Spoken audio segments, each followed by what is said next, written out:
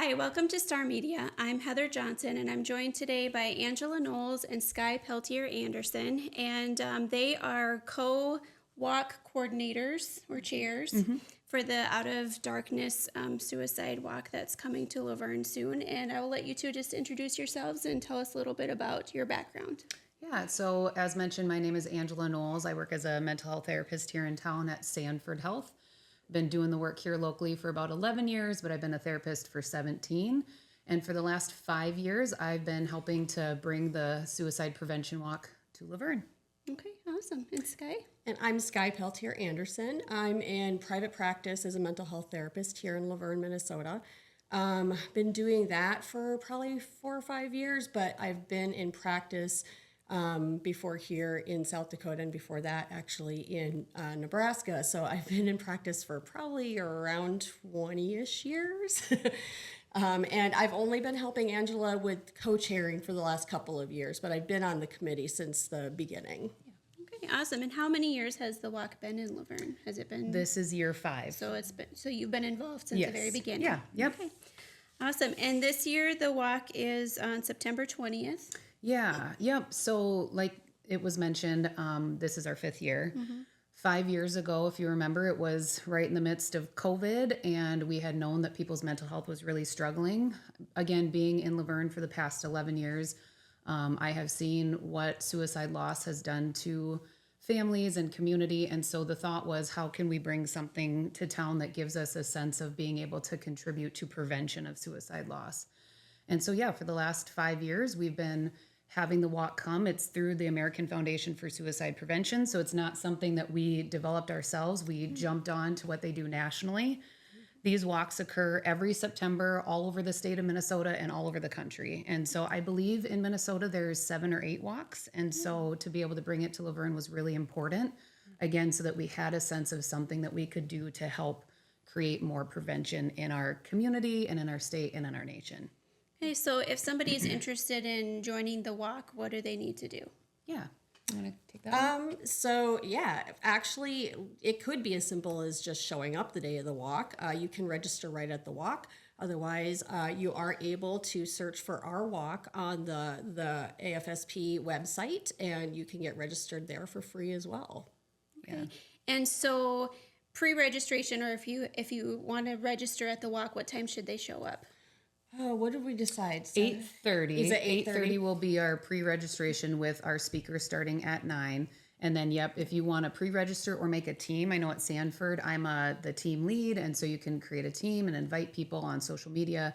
And it's just afsp.org/Luverne. And it'll take you right to our page, and it just click on register or donate, and it'll walk you through those steps right on their site. All right, and this is held at the Luverne City Park. So you can just drive down there and find a place to park. And then if you haven't register in advance, and then the walk officially starts at 9. Yes. Yep. Okay. So we have a speaker, Wendy Mamer, that's coming this year. She is from the Southwest region of Minnesota and has lost her father to suicide, who was a farmer. And so she is going to speak to the impact of being a loved one of someone that struggled with mental health and the stigma in rural communities and what it's like to be a family member watching someone struggle and to eventually lose their battle to mental health. And so Wendy has a great speech that she'll give. And then we do something called the bead ceremony. And so at the park, when you get there, you can come a little bit before 9. We have a whole table set up of different colored beads, and each color represents something different. So most everybody wears purple and teal, which represents like supporting the cause of suicide prevention and supporting anybody that may be struggling. So most people wear those 2 colors. But then other colors might represent, I've lost a partner to suicide loss, I've lost a child, I've lost a friend. There's a color for military. So there's quite an expansive different ways to represent your loss. And the hope is that then people can acknowledge without you having to share if you're not comfortable in doing so. So the color bead ceremony, after Wendy, we've got, I think, 4 people that are going to tell their stories. And so we're calling it Messages of Hope because the people there have struggled themselves and come out on the other side. So it's going to be kind of a neat opportunity to hear local people to Luverne and the surrounding areas talking about their journey and becoming more mentally well and finding the ways to do that. That's great. Is there anything else you'd like to share just in general about like why we do this? Yeah, I just wanted to mention that there's also a format for donating. The biggest push for me always is attendance. Historically, we have had the most we've had attend is 300. So when I think about our town having 4,700 people, I just think about how many more could come. And I just really want people to know that you don't come because you've struggled with mental health or suicide attempts in your past. If that's part of your story, please come for that reason.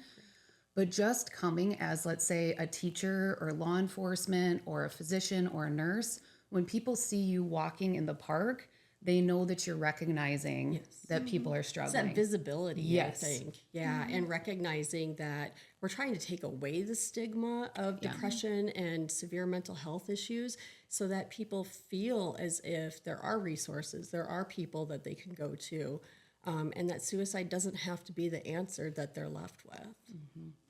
And resources, too. Sure. Do you want to mention the... Yeah. So, so the funding that we do raise, which again is not our focus, but some of that does come back into our community. It goes to the AFSP to provide those resources. Part of those resources helped pay for myself, Angela, and two other individuals to go be trained to be facilitators for a support group for suicide survivors. And so ever since then, it's been about a year now, we have been holding a support group free to anybody who has been touched by suicide somehow in their lives. We hold it just once a month. It's on the first Monday of every month, and we have been very graciously hosted by the Luverne Library in our basement. They've allowed us to kind of take up that space every Monday or every month on a Monday night. It's from 6 until 7:30 at night, and we're always looking for new people actually to come and join us. I think the current group members would love to expand it and have more people to bounce thoughts and ideas off of.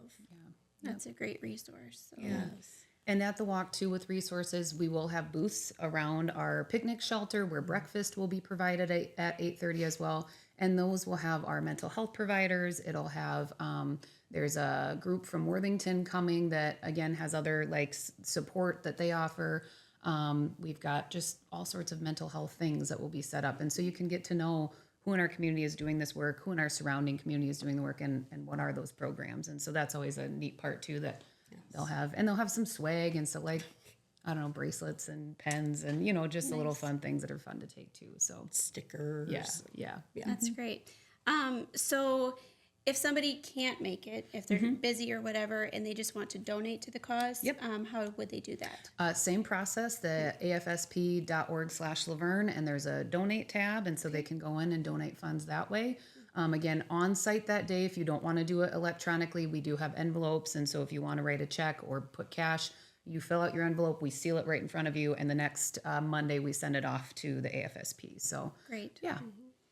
Well, that's great. I hope you have a great turnout this year. thank Do you you. have any idea of how many people have already registered? I think we're at 45, which isn't uncommon for us to be at Right. kind of this, Low number. Yeah, to leading start. up to it. Right. yes, Yeah. with a couple of weeks left. But yeah, I mean, come, bring your dog, bring your family, bring your friends. I would love to see us surpass that number of 300. And again, just as a way to have people know that this community cares about people's mental health and that we don't want to, one person lost to suicide is too many. So we certainly want this to be something where people feel like they can do something to help support suicide prevention. And how long do you guys walk? Is there a certain distance or yes. do you Yeah. a time?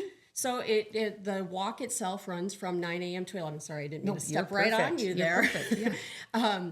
But yeah, it's from 9 a.m. until 11 a.m.